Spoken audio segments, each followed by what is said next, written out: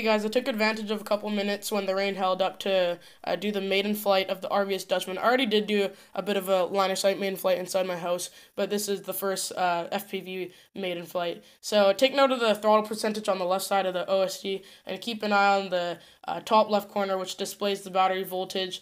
I don't think 8,500 kV is suitable for 3S on 2.5-inch propeller. It's too much for the battery to handle, and that's why I put a 28 amp ESC so I can experiment with high kV, high voltage, but I don't think it's working out the way I wanted it to.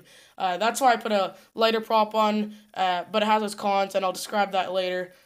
It says land now after 45 seconds of not even being aggressive on the throttle, happening right about now. It says land now. Checking for prop wash and oscillations. Right here, just going back and forth, no bounce backs on flips. Everything feels really rigid with no flex in the frame, no problems there. Feels really locked in. When I get in the neighborhood of above 60% throttle, it gets completely out of control, and I have an explanation for that later on in this video. Here's a little bit of a crash of my maiden flight. No damage to the frame, completely sturdy frame, no problems there. Here's the Betaflight OSD stats for when after I disarmed. Total arm time is 1 minute and 5 seconds. Minimum battery is very low at 8.4 volts on a 3-cell battery, which if it's 8.4 divided by 3 equals 2.8 volts per cell, which is about a volt lower than what you want.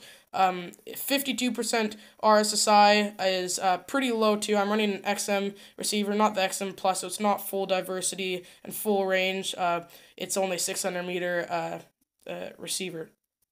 Back here on the bench, I'm going to describe a little bit more about the motor, KV, the prop, and the 28 amp ESCs, which isn't a problem for a system like this. Like, you should definitely not be pulling 28 amps per motor on a 2.5-inch setup. But anyways, the motor, the prop, and the 3-cell battery combo, I'm going to be explaining a little bit more about that in depth, just so you guys know what kind of works, what doesn't. Also, I'll be explaining a little bit more about the frame durability, how I like it, how it's a bit of a heavier 2.5-inch setup, but that's okay. Yeah, I'll get right to that. My main con with this setup mainly, I don't really have any cons about the frame. There's little things to get improved on, but it is still a prototype. But I just don't like how much the battery sags. So it's after like a minute and 5 seconds, you saw from the stats, it sagged to about 2.8 volts per cell. And these are brand new batteries, right? So I did run these 8,500 kV motors on a different setup, but they were just I think it was a lighter setup. I was talking to Eric, and he says that this is most likely going to get changed, but I think this much carbon is just a little overkill, and I don't know. I did put really long steel screws, so I think since it's a bit of a heavier setup, it needs to pull a bit more amps to stay up in the air. It does hover at around 18% throttle, so you can tell it's a really powerful system. I'm running what are these? They're Rotorex 2535 dual blade propellers. They're really not aggressive, but what the thing I don't like about that is once it's over 60 to 70% throttle, the props really just flatten out. So like if you can see here, they're really weak propellers. They go like that, and that doesn't take much force at all to just flatten out. And from 60 to 100% throttle is basically the same amount of power because they flatten out, and higher throttle you get, more more oscillations you get, more problems you get. So I'm planning to switch over to either the Avan 2-inch prop to see how good that works with the disc unloading property of running it on a 2.5-inch frame, or I'm gonna try the Gemfan whatever you call it, the tri-blade, the new one that everyone's using for 2.5-inch.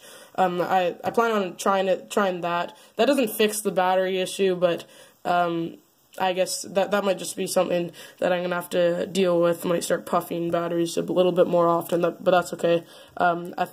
yeah, I need to get my hands on those gem fan props. That seems like what everyone's using nowadays. Overall, everything from the Maiden, that crash that happened there at the end, like, not a big deal at all. These are still the same propellers from that crash. They didn't even really get beat up, and the frame is just rock solid. Like, I don't think 4mm is necessary, but again, that was just the maiden flight, so we'll see about that once only time tells, when crashes get harder and stuff, because that wasn't a crazy crash at all. Haven't had a problem, like, that crash didn't bump out my my VTX or my receiver. That's been fine so far. It's just been stayed put between the flight controller stack and the top plate, so that's fine there.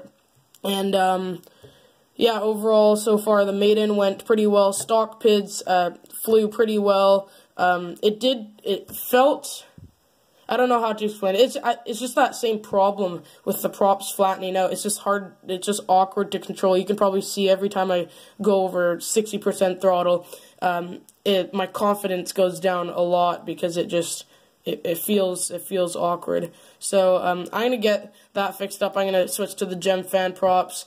I'll get to a review in a proper review of how everything is going. I'm going to get my hands on the gem fan 2.5-inch tri-blade propellers as fast as I can, and I try and get that review content out to you as fast as I can.